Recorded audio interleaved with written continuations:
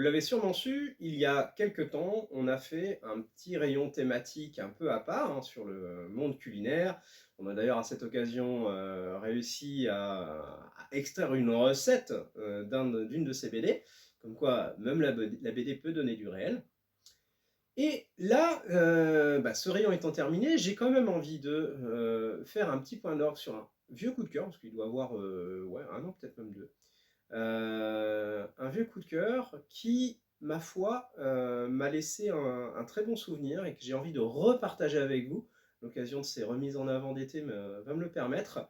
D'autant plus qu'un des relecteurs de cet album est un vrai restaurateur, d'ailleurs qui commence à avoir pas mal, je crois qu'il a eu une étoile verte au Michelin, ce qui n'est pas rien, qui se situe en Bretagne, donc pas très loin de chez nous au final. D'après quelques clients qui ont été le voir, je peux même vous dire qu'a priori c'est à découvrir. Mais au-delà de ça, il a suivi un parcours, a priori en tout cas, qui est très proche de notre coup de cœur, c'est-à-dire le ragoût aux truffes. Alors, qu'est-ce que le ragoût aux truffes? Le ragoût aux truffes, c'est l'histoire à la base d'une chef. Il faut imaginer une chef, alors grand resto, hein, étoilé, parisien, la totale, le grand monde, la cuisine, les plats au millimètre, enfin vraiment tout ce qu'on imagine de la cuisine française avec enfin, voilà, toutes les emphases que vous pouvez y mettre, elle, c'est son truc. Sauf que voilà, c'est aussi la vie parisienne, c'est le stress, c'est l'esclavage, c'est ce côté militaire odieux qu'ils peuvent vivre. Euh, Ça, elle en a ras-le-bol. Alors le jour où le seul petit truc qui peut sembler naturel, c'est-à-dire les restes, sont donnés à un SDF qui est nourri, c'est quand même plutôt cool, et qu'on décide de virer le personnage en question et puis surtout de lui faire entre guillemets payer, lui passer un savon clairement pour ça, eh ben, elle décide clairement de prendre ses clics et ses claques, elle se casse, au revoir tout le monde, merci et surtout, allez vous faire, bien profond. Oui, parce que notre héroïne, Sandre, c'est un personnage. Alors, elle se laisse pas abattre. Là, elle en a eu ras-le-bol, ça fait longtemps qu'elle a envie de clairement envoyer claquer tout le monde, et là, elle l'a fait avec perte et fracas.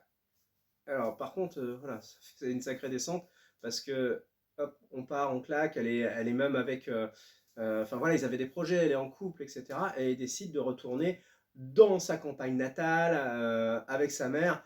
Alors soyons clairs, hein, c'est pas la banlieue parisienne, hein, c'est vraiment le fond du fond, hein, le petit bled paumé avec ses ruines, etc. Mais bon, c'est un retour aux sources, un retour au vert, et puis ben, le temps de chercher ce qu'elle va décider de faire maintenant. Parce que la cuisine, ça reste son truc. Il n'y a rien à dire. Elle n'est pas chef juste par métier. Elle est faite pour ça. Mais elle a envie de vrai, de véritable, de vérité, de saveur, d'originalité.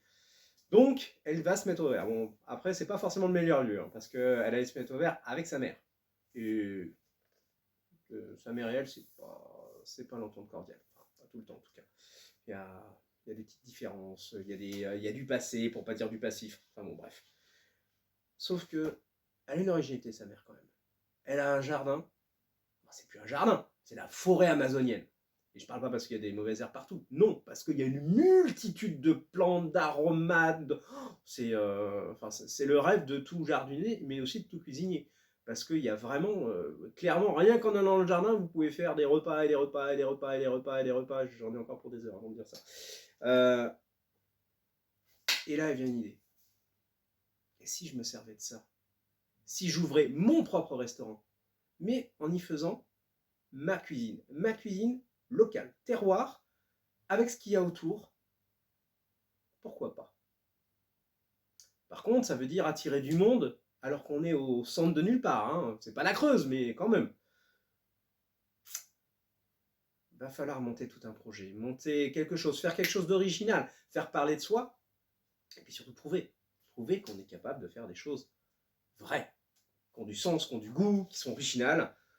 Eh bien, c'est tout ça qu'on va découvrir dans le ragoût aux truffes, cette découverte d'un monde nouveau, oserais-je dire, d'une façon de se révéler au monde, mais surtout à elle-même. Donc c'est vraiment passionnant, c'est un parcours de vie, Ce qui est très intéressant, c'est que le restaurateur dont je vous parlais, donc l'auberge sauvage, vous retrouverez justement le petit détail à la fin. C'est un petit bonus à découvrir. Mais très sincèrement, là, c'est un vrai, vrai bonheur à savourer. Ouais, tiens, c'est le bon terme, à savourer. Parce que ça vaut le détour. Et puis, ça permet de relativiser un peu ce qu'on vit tous les jours. Donc, un bon mets à mettre sur toutes les tables, de chevet, bien entendu. En vous souhaitant une bonne lecture, à très bientôt. Et puis, bah, si vous avez besoin d'en parler, bien sûr, vous savez où nous trouver. Allez, à très vite.